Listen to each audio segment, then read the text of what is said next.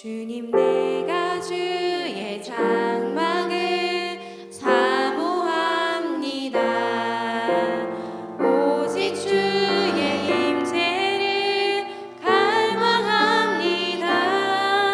주의 집에서의 하루가 다른 곳의 첫날보다 좋으니 주 사랑 안에 거물며 사랑 노래합니다. 주님 내가 주의 장막을 주님 내가 주의 장막을 사모합니다. 오직 주의 임재를 갈망합니다.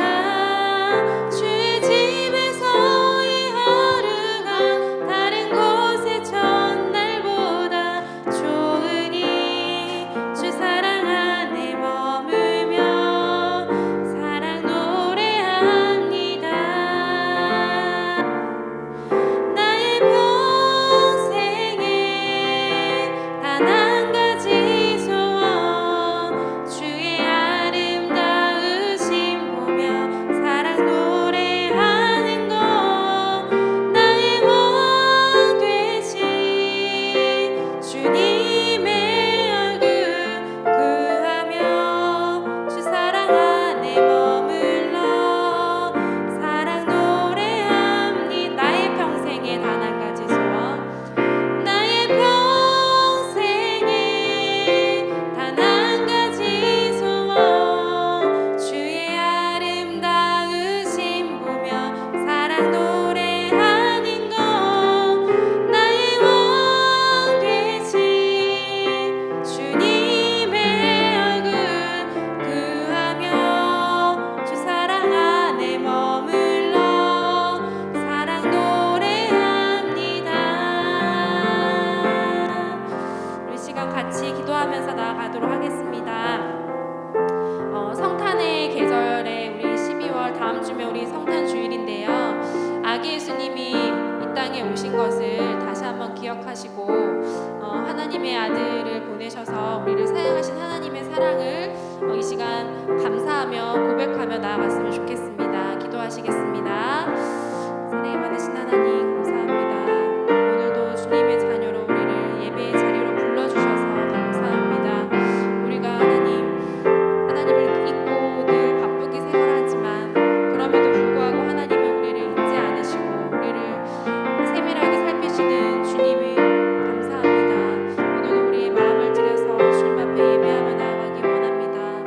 우리의 분주한 마음들을 다 내려놓고 이 시간 온전히 주님 앞에 집중하면서 하나님의 말씀을 사모하며 나아갈 수 있도록 하나님 은혜를 주시옵소서. 말씀을 통하여 온전한 쉼을 누릴 수 있는 시간이 될 수 있도록 인도하여 주시옵소서.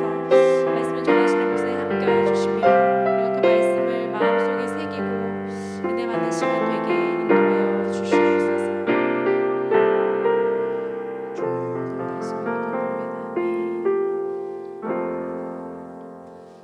모두 자리에서 일어나셔서 임내 찬양하도록 하겠습니다.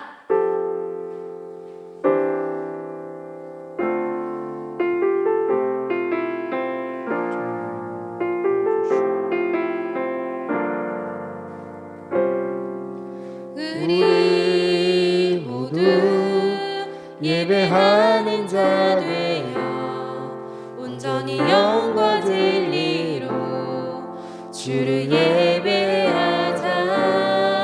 주가 우리와 함께 영원히 함께 하시고 마르지 않는 샘물로 우리 채우시리라.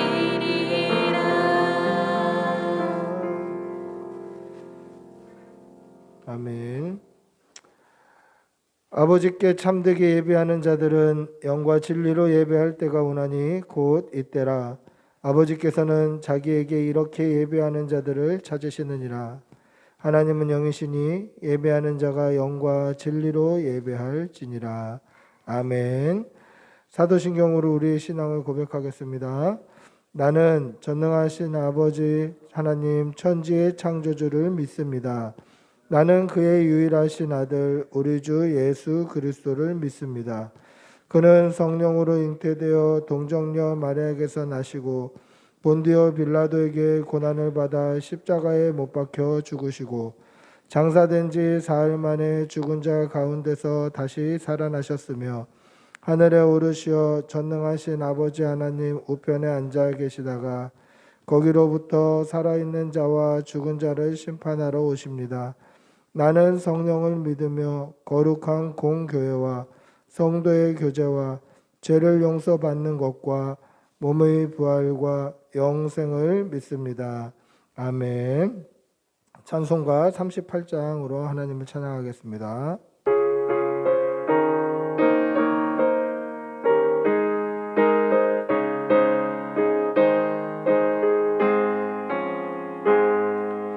예수 우리 왕이여 이곳에 오셔서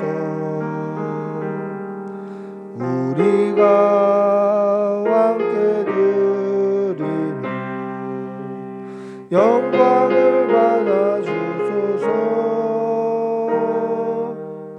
우리는 주님의 백성 주님은 우리 왕이라 왕이신 예수님 오셔서 좌정하사 다스리소서. 예수 우리 주시여 이곳에 오셔서 우리가 주께 드리는 찬양을 받아 주소서. 우리는 주님의 종들 주님은 우리 주시라 주 대신 예수님 오셔서 이 찬양을 받아 주소서. 아멘. 참회의 기도를 드리겠습니다. 사랑의 아버지 하나님, 오늘도 주의 전에 나와 예배할 수 있는 은혜 주셔서 감사합니다. 우리에게 생명 주시고 우리에게 섬길 수 있는 교회 주셨음에도 불구하고 우리 입에는 불평과 원망과 또 믿음 없음과 사랑 없는 모습이 나타나지는 않았는지 우리의 삶을 돌아봅니다. 오늘 이 시간까지 우리가 지었던 우리의 죄를 용서하여 주시옵소서. 하나님의 말씀 따라 사는 것이 성도의 삶인 줄 알고 있음에도 말씀보다 우리의 감정과 지식을 따라 살았고 하나님 앞에서 항상 진실해야 하는 것을 알면서도 진실하지 못하고 의식하였던 것을 용서하여 주시옵소서. 사랑하기보다 미워했고 기도하기보다 불평했던 우리의 지난 날을 고백합니다. 또한 이 악하고 음란한 세상 속에서 구별되이 살지 못하고 새 속에 물들어 살았던 지난 날도 하나님 구하오니 용서하여 주시옵소서. 지금은 하나님과 나만이 아는 죄를 생각하며 묵묵히 자매의 기도를 계속합니다. 주님 알아주시옵소서. 저를 도와주시오. 주님 도와주시오. 주님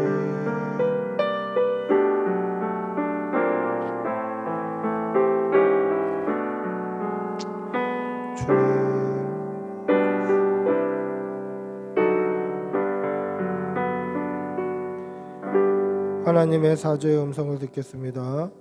여호와께서 말씀하시되 오라 우리가 서로 변론하자. 너희의 죄가 주홍 같을지라도 눈과 같이 희어질 것이요 진홍같이 붉을지라도 양털같이 희게 되리라. 아멘. 자리에 앉으시겠습니다. 찬송가 108장 찬양하시겠습니다. 108장입니다.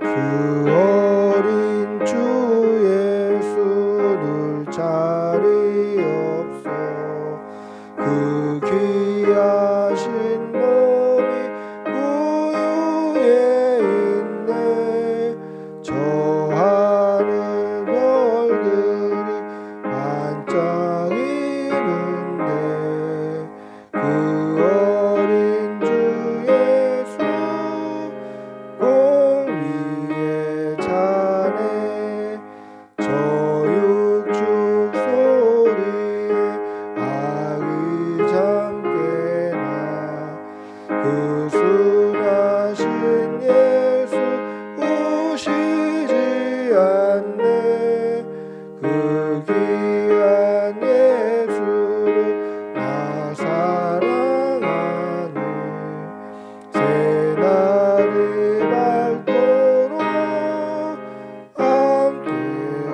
함께하소서 주 예수 내 곁에 가까이 계셔 그 한없는 사랑을 베푸시고 온 세상 악인을 다 풀어주사 주 품 안에 안겨 살게 하소서.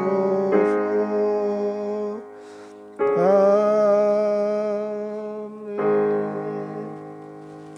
우리를 대표해서 우수한 집사님 기도하시겠습니다.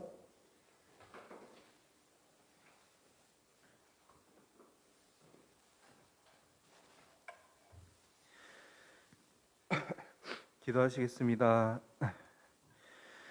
사랑의 하나님 참 감사드립니다. 지금까지 저희들을 항상 지켜주시고 하나님을 기억하게 하셔서 하나님께 예배를 드리는 이 자리에 오도록 인도하여 주신 은혜에 감사드립니다.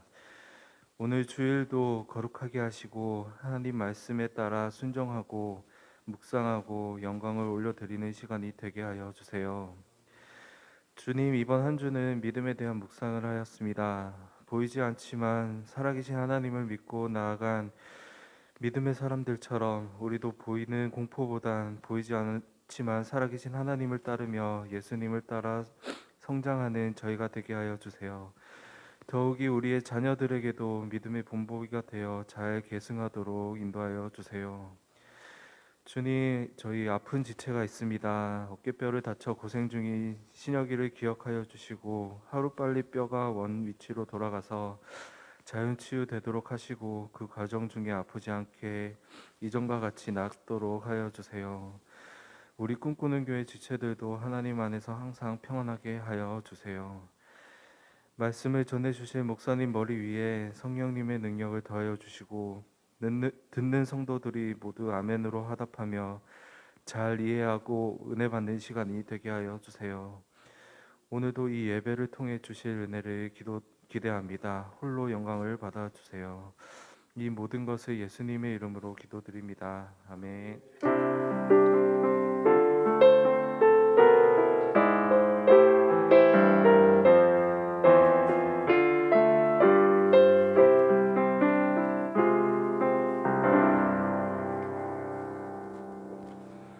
하나님의 말씀 함께 보시겠습니다. 마태복음 21장 12절부터 19절입니다.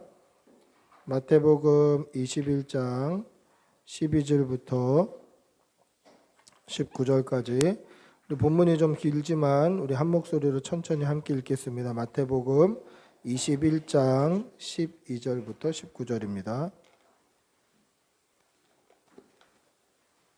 마태복음 21장 12절부터 19절 같이 읽겠습니다. 시작.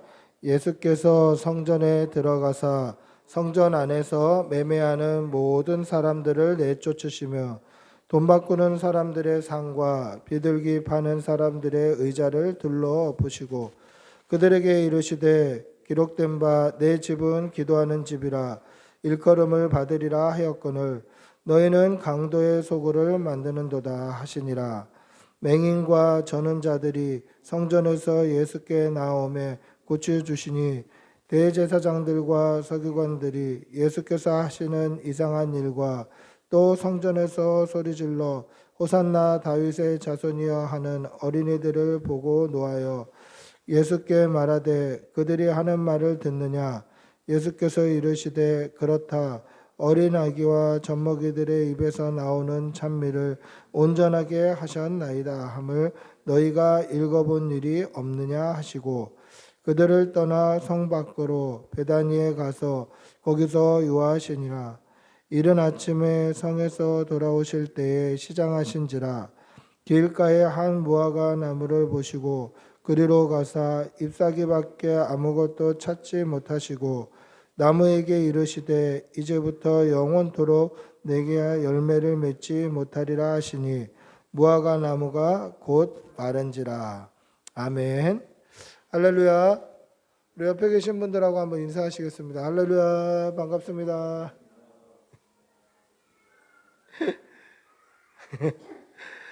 예. 예수님은 사랑의 주님이십니다. 할렐루야. 예수님은 사랑의 주님이시죠. 근데 십자가의 사랑으로 세계를 정복하신 분, 이 사랑의 주님이 오늘 우리가 읽은 본문에 보면 이 사랑과 좀 낯설은 표현, 예수님의 사랑과 좀 낯설은 모습이 등장을 하는 것을 볼 수 있습니다. 여러분, 사랑이 무엇입니까?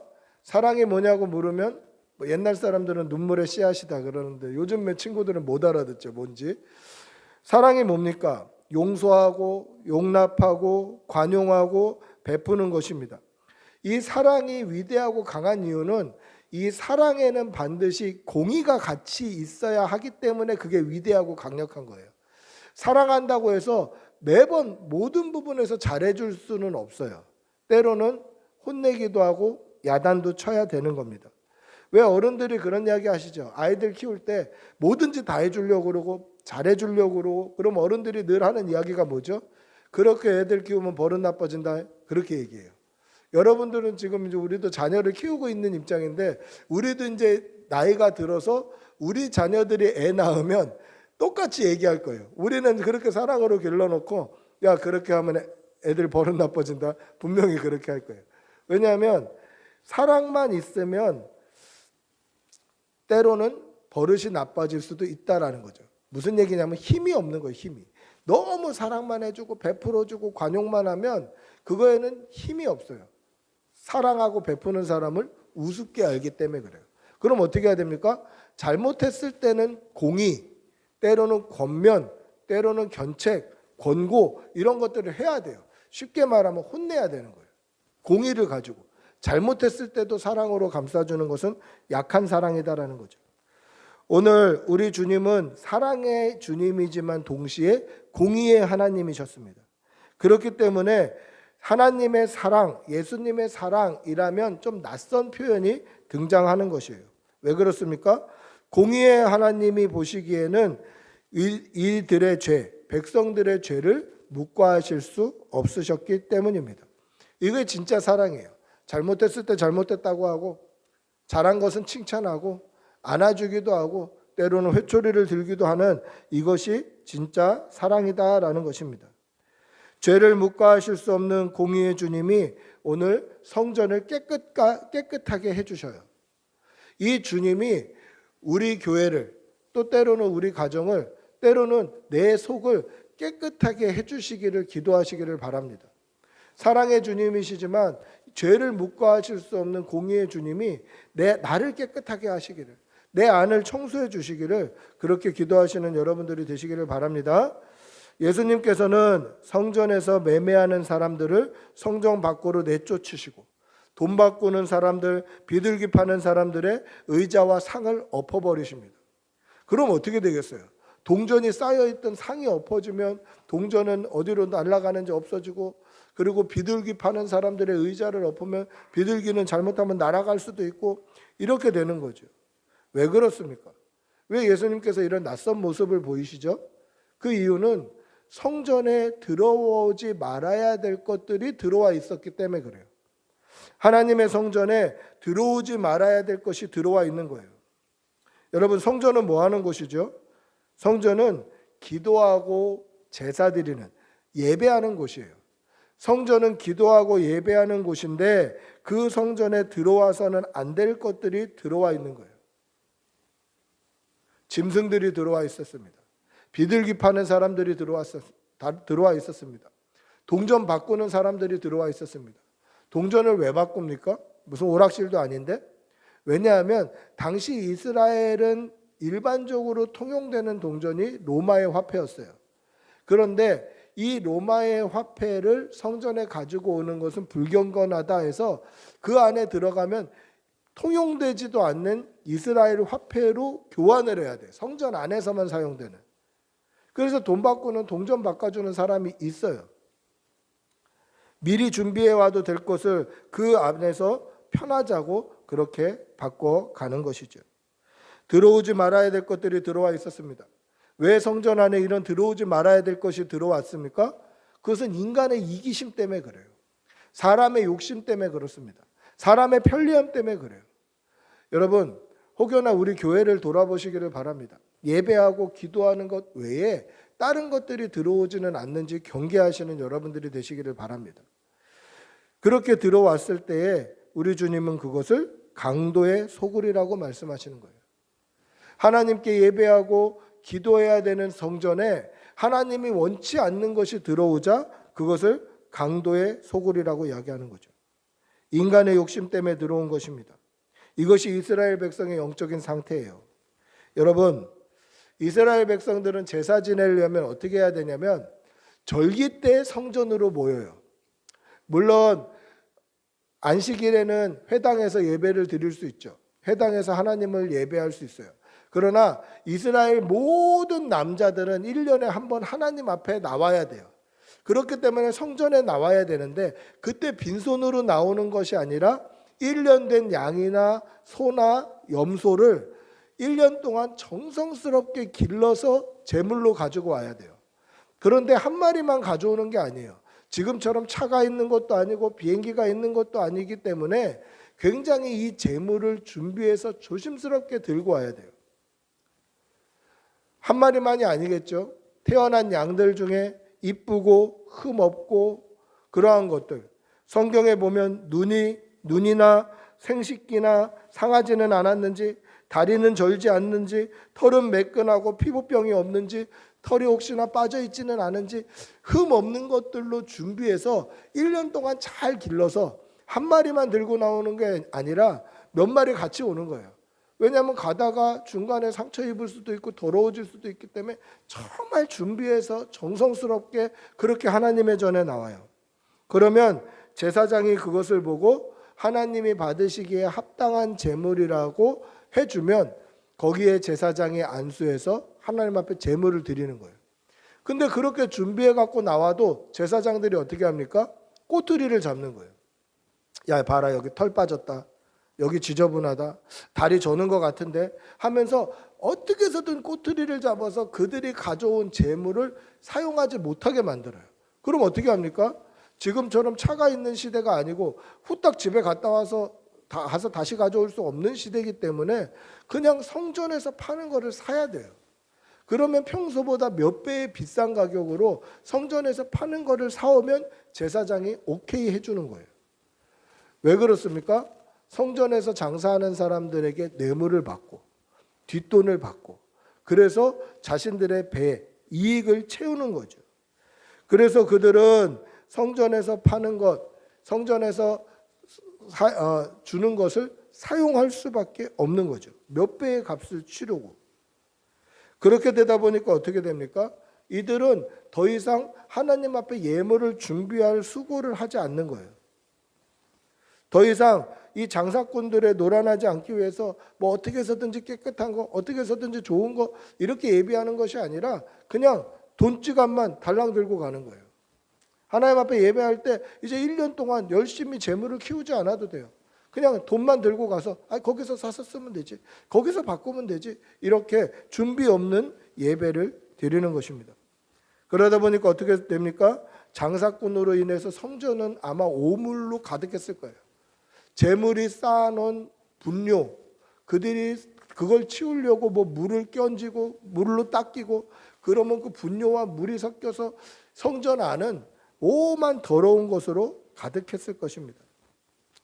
즉 이스라엘 백성들은 당시 제사장도 타락했고 장사꾼들도 타락했고 하나님의 백성들도 타락한 시대예요. 예배를 준비하지 않아요. 제사를 준비하지 않아요. 준비할 필요가 없어요. 그러니까 돈만 가지고 가는 거죠. 이러한 성전을 보시고 우리 예수님께서 강도의 소굴이라고 말씀하시는 것입니다. 여러분, 이것은 그냥 교회에서 하는 바자회나 아니면 뭐 일일 카페 이런 것을 이야기하는 것이 아니에요. 여러분, 만약에 그랬다면 그 정도 수준이라면 예수님께서 이렇게 말씀하셨겠죠. 기도하는 집을 장사하는 집으로 만들지 말아라. 기도하는 집을 무슨 장사꾼들의 소굴로 만들지 말아라. 이렇게 말씀하실 법한데 뭐라고 말씀하십니까? 강도의 소굴이다라고 말씀하셔요. 강도가 뭡니까? 강도는 사전에 보면 이렇게 되어 있습니다.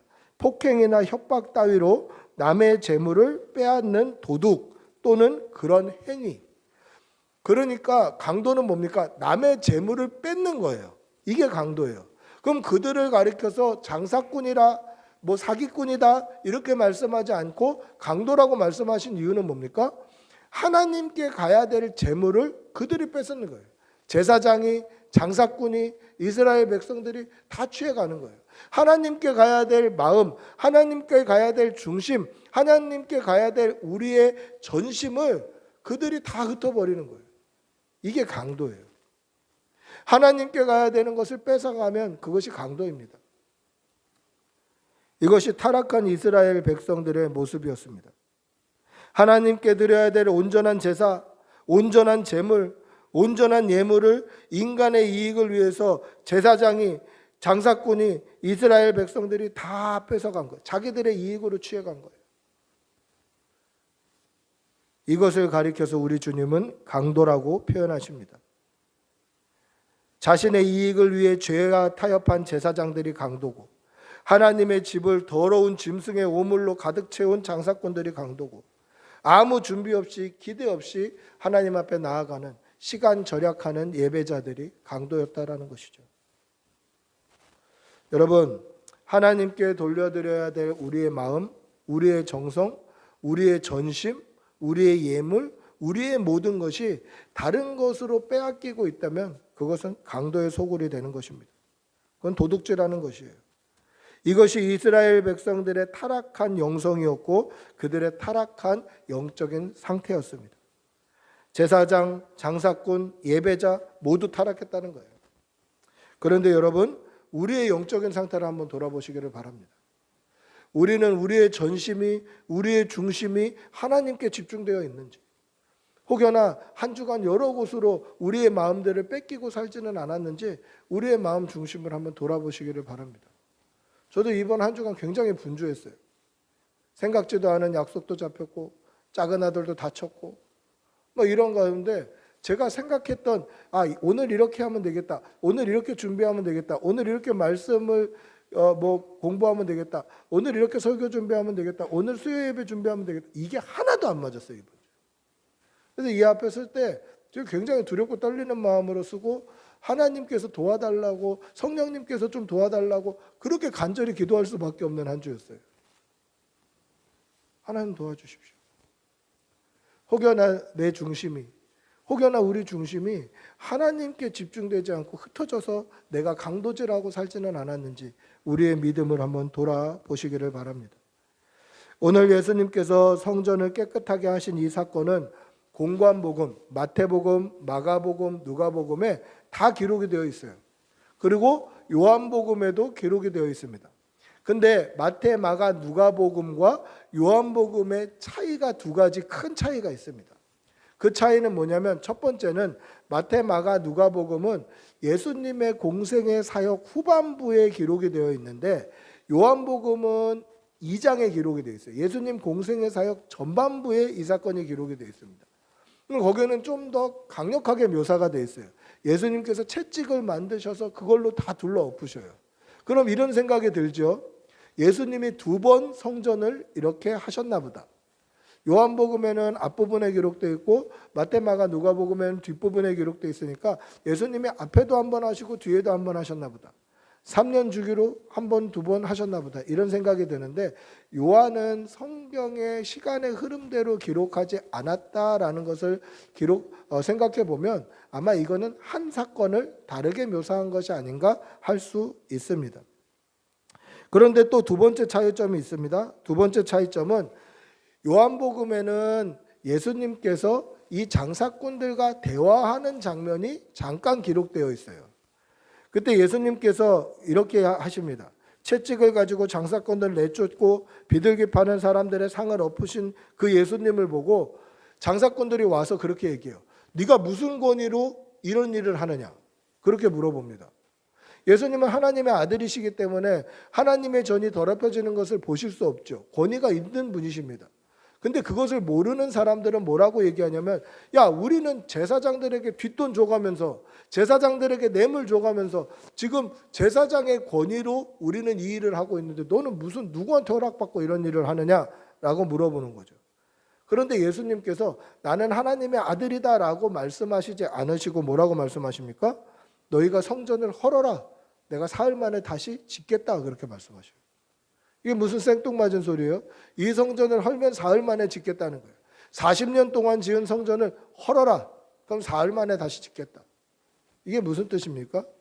예수님께서 초능력이 있으셔서 뭐 시간을 거꾸로 돌려서 부셔진 성전을 다시 쫙 세울 수 있는 분인가요? 그게 아니라 요한복음은 이 말이 무슨 뜻이었는지를 나중에 정확하게 설명합니다. 뭐라고 설명하냐면 예수는 성전된 자기 육체를 가리켜 말씀하신 것이라 죽은 자 가운데서 살아나신 후에야 제자들이 이 말씀하신 것을 기억하고 성경과 예수께서 하신 말씀을 믿었더라라고 설명해 줍니다.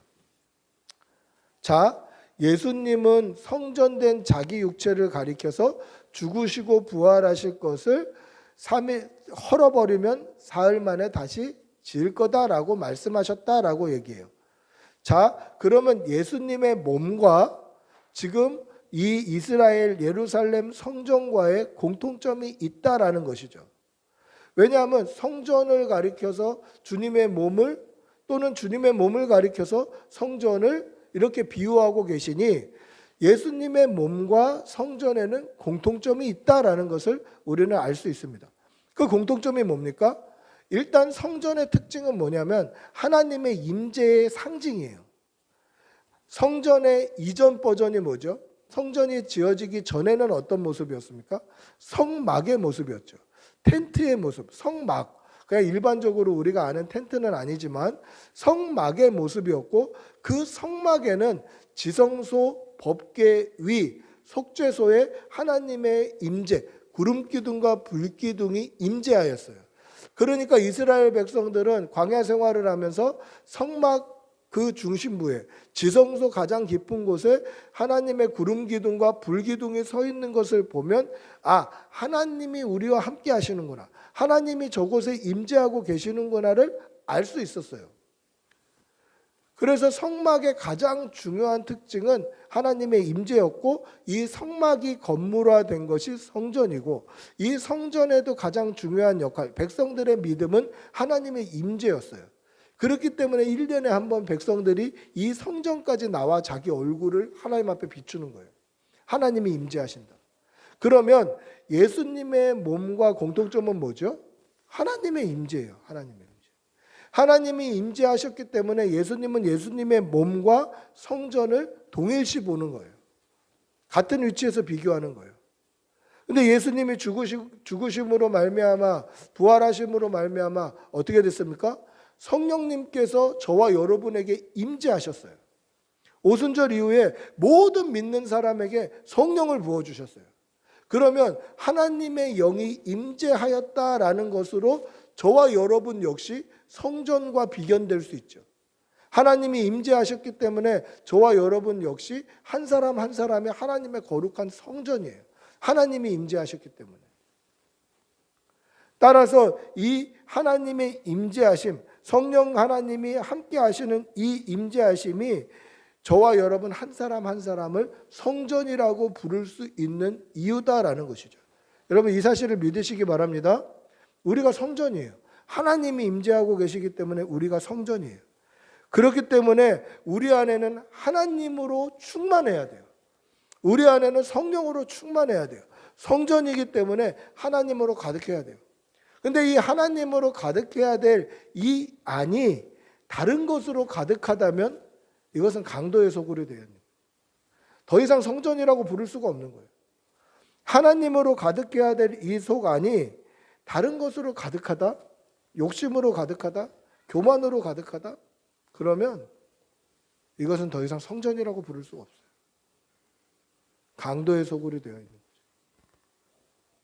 여러분, 우리 속 안이 무엇으로 가득한지 늘 돌아보시기를 바랍니다. 그리고 하나님 아닌 것으로 가득하다면 성령 충만을 구하시기 바랍니다. 성령님 도와주십시오. 하나님 도와주십시오. 임하여 주시옵소서. 우리 안에 있는 것을 내쫓아 주시옵소서. 기도하시기를 바랍니다. 왜 기도해야 되냐면 이 안에 다른 게 가득하면 제 힘으로는 못 쫓아내요, 이걸. 우리 힘으로는 어떻게 할 수가 없어요. 내 안에 있는 교만함, 내 안에 있는 인간적인 지식, 내 안에 있는 더러운 욕망들, 이런 것들이 내 힘으로는 해결되지 않아요. 그래서 성령님의 도움을 구해야 하는 것입니다. 하나님이 임재하시는 성령, 성령의 전, 하나님이 임재하시는 성전, 이것이 우리의 몸이 되어야 됩니다. 또 우리의 몸이 하나님이 임재하시는 성전이 되어야 됨을 믿으시기를 바랍니다. 여러분은 하나님의 성전입니다. 따라서 여러분 안에는 하나님의 임재가 거하시는 하나님의 성전입니다. 날마다 하나님으로 우리 안을 가득 채우는 여러분들이 되시기를 축복하고 기도합니다. 오늘 하나님의 백성이라는 이스라엘 백성들의 성전은 어떠했습니까? 이스라엘 백성들의 성전은 하나님으로 가득하지 못했습니다. 사람의 욕심, 장사꾼들의 욕망, 예배자들의 그러한 준비되지 않은 헌신, 기대감 없는 예배로 가득 차 있었습니다. 우리 예수님께서는 이것을 그냥 두고 보지 못하셨던 것이죠. 장사꾼들의 오물로 가득한 그 성전을 두고 보지 못하셨고, 하나님께 마음 없는 예배자들로 가득한 그 성전을 두고 보지 못하셨고, 욕망으로 가득 찬 인간적인 제사장들의 모습을 두고 보지 못하셨다라는 것입니다. 여러분, 이것이 오늘 이스라엘 백성들의 상태였다라고 한다면 오늘 우리의 상태는 어떠한지 돌아보시기를 바랍니다. 우리 한국교회의 상태는 어떠한지, 오늘 이 예배의 자리에 나오는 우리의 영적인 상태는 어떤지 돌아보시기를 바랍니다. 얼마나 사모하고 기대하고 준비하며 나왔는지, 혹여나 우리도 이스라엘 백성들처럼 돈만 하나 달랑 들고 헌금 봉투 하나만 달랑 들고 그렇게 그냥 기대함 없이 사모함 없이 나오지는 않았는지 한번 우리의 믿음을 돌아보시기를 바랍니다. 오늘 예수님께서 성전에 들어와 있는 모든 더러운 것을 깨끗하게 치워주신 것처럼 우리 속에도 임재하셔서 우리 안에 하나님께 집중하는 것을 막는 모든 더러운 것, 하나님 아닌 더러운 것들로 가득 차여 있는 우리의 중심을 우리 주님이 깨끗하게 씻어주시기를 기도하시는 여러분들이 되시기를 바랍니다. 우리가 할 수 없는 이 일을 우리 주님이 해주시기를, 우리 주님께서 깨끗하게 치워주시기를 간절히 기도하시는 여러분들이 되시기를 축복하고 기도합니다. 할렐루야. 또한 오늘 이스라엘 백성들의 영적인 상태를 보여주는 모습이 한 군데 더 등장을 합니다. 오늘 이 성전의 모습을 보여주신 이후에 이 마태복음은 그 뒤에 베다니로 간 예수님을 그리고 있습니다. 도대체 무엇 때문에 베다니 이야기를 넣었을까? 그것은 오늘 이스라엘 백성들이 이렇게 타락했는데 그 타락한 모습 중에 하나가 무엇인지를 알 수 있는 대목이 이 베다니 사건입니다. 우리 12절 한번 읽어볼까요? 17절, 오늘 읽었던 부분 17절입니다. 같이 읽어보겠습니다. 시작. 그들을 떠나 성 밖으로 베다니에 가서 거기서 요하시니라. 아멘. 이 베단이라는 동네, 베단이라는 마을은 예루살렘에서 굉장히 가까워요. 그냥 감람산만 넘으면 나오는 곳이 베단인데, 그 감람산이라는 것도 그냥 뒤에 동산같이 굉장히 낮아요. 그래서 히브리 대학교에서 이렇게 보면 베단이도 보이고 예루살렘 성전 자리도 보여요. 그냥 눈으로 이렇게 확인할 수 있는 그 정도의 가까운 거리입니다. 그래서 성경에는 뭐라고 되어 있냐면 뭐 안식일에 가기도 가까운 거리였다. 뭐 감람산까지 또는 그렇게 긴 거리가 아니었다라고도 기록이 되어 있습니다. 베다니는 가까운 거리지만 이 베다니의 환경과 예루살렘의 환경은 완전히 달라요. 예루살렘이 수도라면, 서울이라면 베다니는 빈민가예요. 수도에 붙어 있는 빈민가. 이 베다니의 특징은 어떤 특징이냐면 이 예루살렘에서 쫓겨난 사람들이 모여 사는 곳이었어요. 빈민가였고 나환자촌이었고 병자들이 있는 곳이 바로 베단이라는 지역이었어요. 우리가 잘 아는 마리아, 마르다 그리고 그 오라버니 나사로가 이 베다니에서 살고 있었어요. 그리고 예수님을 초대했지만 발 씻을 물도 주지 않아서 마리아가 머리에 향유를 부어서 머리로 닦아줬던 사건이 기록되어 있는 나병 환자 바리새인 시몬이 살았던 곳도 이 베다니예요. 그러니까 베다니는 환자들이나 빈민가나 어려운 사람들이 사는 곳이에요. 그렇게 살던 곳에 예수님께서 오신 것이죠. 그리고 18절에 뭐라고 되어 있습니까? 예수님께서 이른 아침에 성으로 들어오실 때에 시장하신지라 그렇게 되어 있어요. 이른 아침에 베다니 지역으로 갔는데 예수님께서 배가 고프셨어요. 그래서 잎이 풍성한 무화과 나무를 보고 열매가 있을까 하여 예수님께서 가까이 갔는데 열매가 없이 잎만 무성했어요. 그래서 예수님께서 그 무화과 나무를 저주하십니다. 이 무화과 나무 이야기는 나중에 한 번 더 제가 설교하도록 하겠습니다. 여기에 집중해서 한번 설교하는 그런 시간을 갖도록 하겠습니다. 그런데 보세요. 잎만 무성했어요. 열매가 있는 줄 알고 찾아갔어요. 근데 열매가 없었어요. 오늘 예수님께서 왜 이것을 보여주셨냐면 이스라엘 백성들의 모습이 바로 이와 같았기 때문에 그래요. 예배 전에 안 나오는 게 아니에요. 제사 지내러 안 나오는 게 아니에요. 나와요. 좋은 재물 갖고 나와요. 근데 그들에게 정말 준비하는 열매, 믿음의 열매, 사랑의 열매, 하나님께 나아가는 그런 중심의 열매는 하나도 없이 동전만 달랑 들고 가는 거죠. 재물값만 들고 가는 거예요.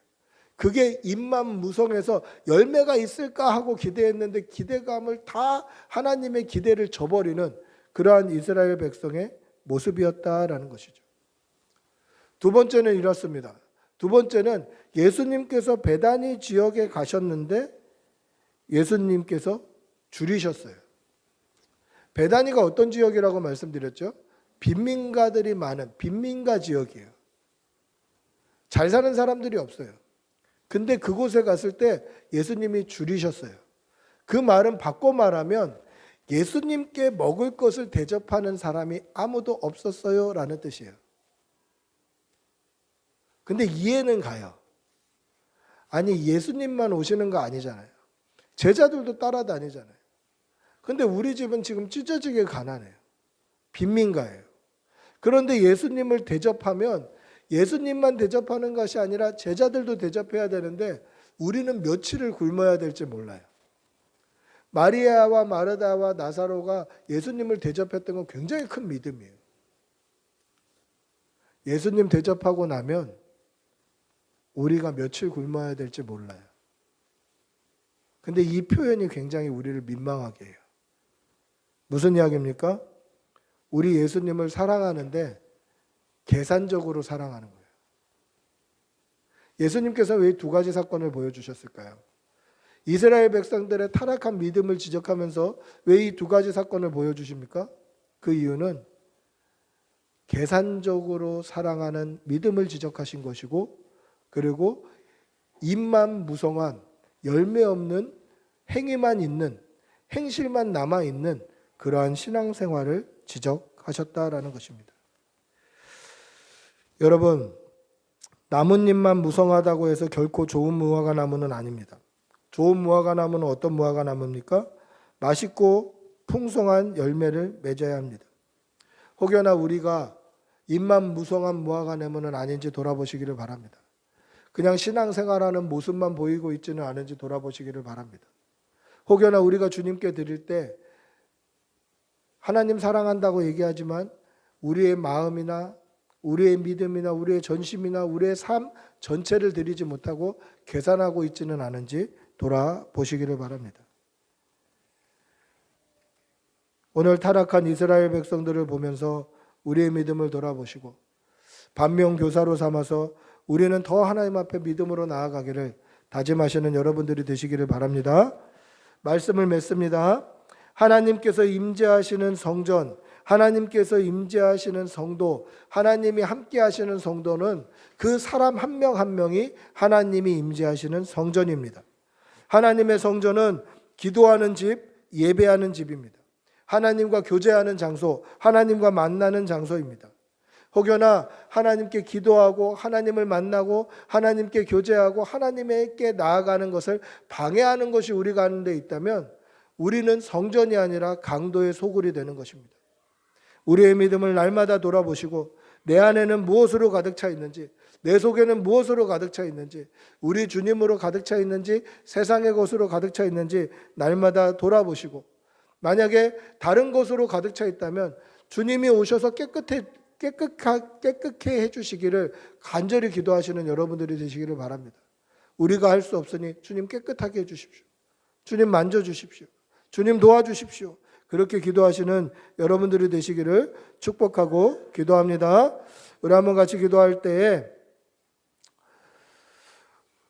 우리의 믿음을 돌아보고 우리 안에 성령이 충만하기를 우리 주님의 이름 한번 부르고 같이 기도하겠습니다. 주님 도와주시옵소서. 주님 성령님 우리를 만져주시옵소서. 성령님 역사하여 주시옵소서. 하나님 우리 안에 성령으로 가득 차 아버지의 충만한 은혜로 가득 찼습니다. 은혜를 덧입혀 주시옵소서. 주님 도와주시옵소서. 주님 도와주시옵소서. 아버지 성령 충만케 해주시옵소서. 은혜가 넘치게 쏟도록 아버지 도와주시옵소서.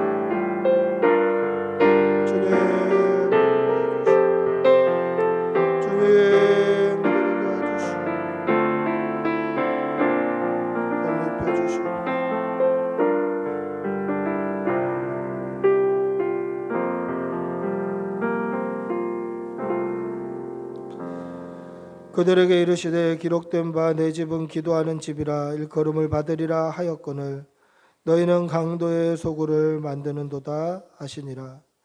사랑의 아버지 하나님, 우리 안에는 무엇으로 가득 차 있는지 돌아보게 하여 주시옵소서. 성령으로 충만한지 다른 것으로 충만한지 우리의 믿음, 우리의 신앙, 우리의 삶의 중심을 보게 하여 주시고 혹여나 우리 안에 하나님으로 가득하지 못한 것이 있다면 예수님 오셔서 깨끗게 하여 주시옵소서. 깨끗게 하여 주시옵소서.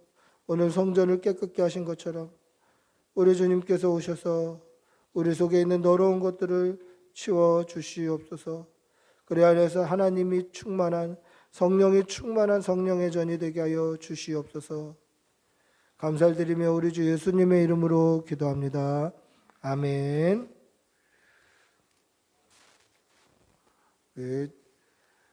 찬송가 125장 찬양하시면서 준비하신 예물 하나님 앞에 올려드립니다.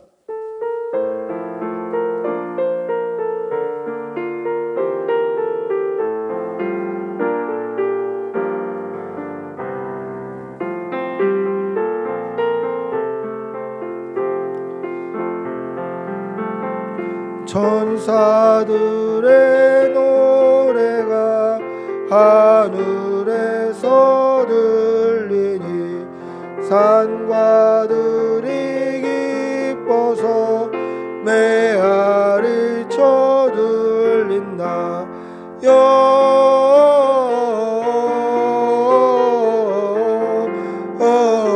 영광 높이 계신 주께 영광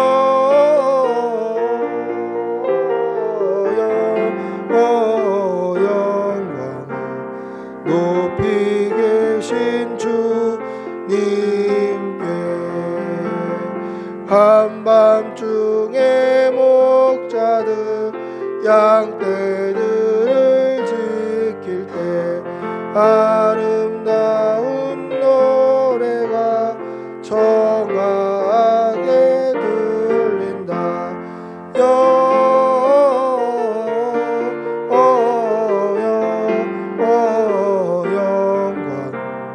높이 계신 주께 영광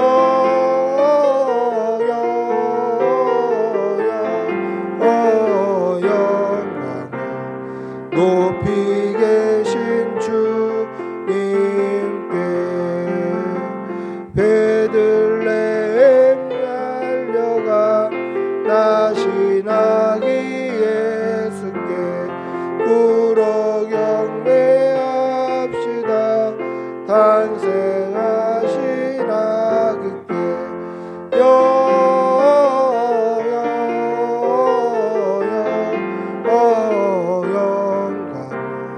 높이 계신 주께 영광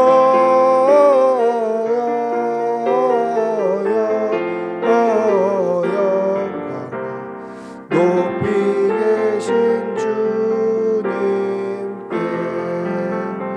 구유 안에 누이신 어린 아기 예수께 우리들도 다 함께 기쁜 노 부르세. 영광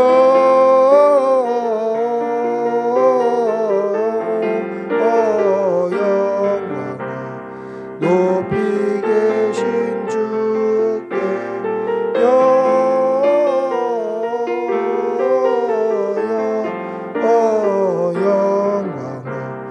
높이 계신 주님께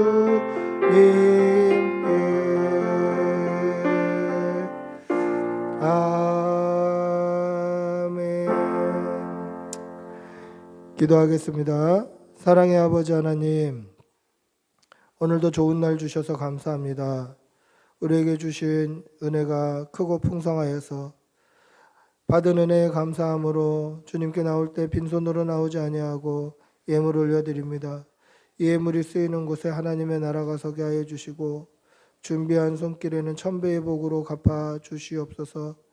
주의 전에 나올 때에 온 몸과 마음으로 정성으로 드리게 하여 주시고 그렇게 드리는 손길 위에 날마다 넘치는 은혜와 복이 풍성할 수 있도록 도와주시옵소서. 성도의 가정에 몸이 아픈 가정, 마음이 아픈 가정 없도록 하나님 늘 눈동자와 같이 지켜주시고 하나님의 은혜가 충만하고 풍성하여서 늘 은혜에 감사할 수 있는 기도의 제목이 끊이지 않게 하여 주시고 어린 우리 자녀들 다치지 않도록 또한 코로나로부터 안전하게 지켜주시옵소서. 우리 어르신들도 건강 지켜주시어서 하나님 끝까지 맑은 정신으로 하나님 사랑한다고 고백할 수 있도록 믿음을 허락하여 주시옵소서. 사랑하는 성도의 가정에 어려움 없도록 늘 지켜주실 줄 믿습니다. 우리 주 예수님의 이름으로 기도합니다. 아멘. 광고 말씀드리겠습니다. 주보를 참조해 주시면 되겠습니다. 이번 주 토요일은 성탄 예배로 나아갑니다. 11시에 예배를 드리게 되는데요. 근데 우리 많이 또 선물 가져오셔서 좀 일찍 가져오셔서 여기 트리 밑에 좀 장식하고 또 그날 또 윤강종 목사님 오셔서 말씀 전해 주시니까요. 또 하나님의 은혜가 또 사모함으로 또 기대하시는 여러분들이 되시기를 바랍니다.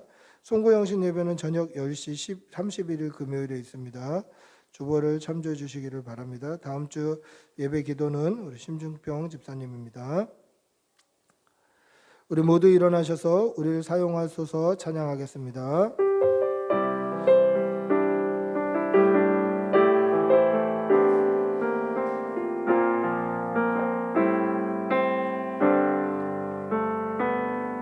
우리에겐 소원이 하나 있네.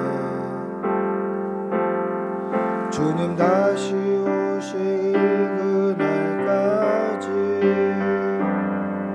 우리 가슴에 새긴 주의 십자가 사랑 나의 교회를 사랑케 하네. 주의 교회를 향한 우리 마음 희생과 포기와 가난과 고난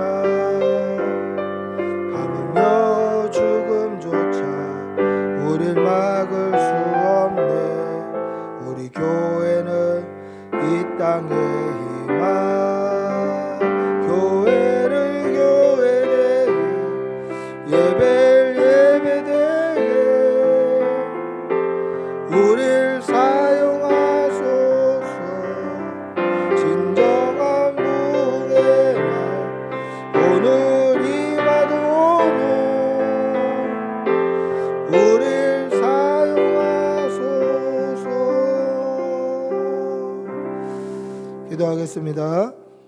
주 예수 그리스도의 은혜와 하나님의 사랑과 성령의 교통하심이 우리 속에 하나님의 임재로 가득 채우기를 소원하는 여기 모인 모든 주의 백성들과 그 가정과 그 자녀와 일터와 모든 사업장과 직장 위에 지금부터 영원히 함께 있을지어다.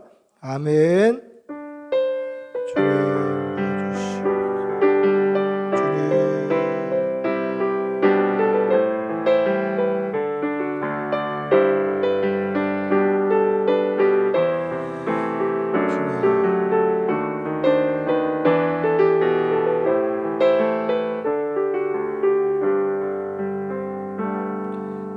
예배를 마쳤습니다.